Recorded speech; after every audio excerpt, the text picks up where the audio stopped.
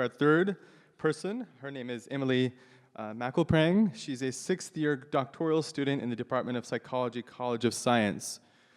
She's going to be on stage in about 2 seconds. Now she's here. So thanks for coming. Your stage is yours.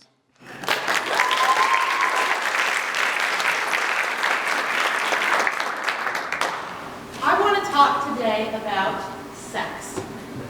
But before anybody gets too excited, I should clarify that I actually study sexual offending. And in particular, my research focuses on female sexual offending. So it's true that females commit a small percentage of sexual abuse, generally estimated between 4 to 9%. But while that percentage may seem small, the number of victims is not. Because there are literally tens of thousands of children each year in America who are sexually abused by a female. We also see that these cases tend to be highly sensationalized in the media, particularly when the offender is attractive.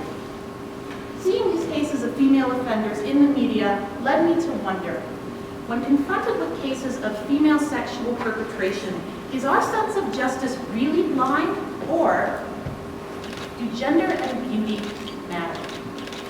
I set out to investigate this by providing 400+ participants with one of 4 vignettes detailing a sexual perpetration scenario between a 35-year-old teacher and a 14-year-old opposite-sex student. Participants read a story with a photo of an offender who was either male or female, attractive or unattractive. I then asked them questions about their attitudes toward this relationship, as well as what punishment they felt this offender deserved. I hypothesized that females overall would be judged more leniently than males, and that while attractiveness would make a difference for female offenders, it would not for males. Whereas attractive female offenders would be viewed even more leniently, this would not be true of males. Indeed, I found that females were viewed more leniently than males. Participants rated them as deserving to pay less money in bail, spend less time incarcerated, viewed them as being less harmful to their victim and less responsible for their actions. This was particularly true of attractive females, but was not the case with males, where attractiveness did not make a difference. We know that victims of sexual abuse are less likely to come forward if they think they won't be believed or taken seriously.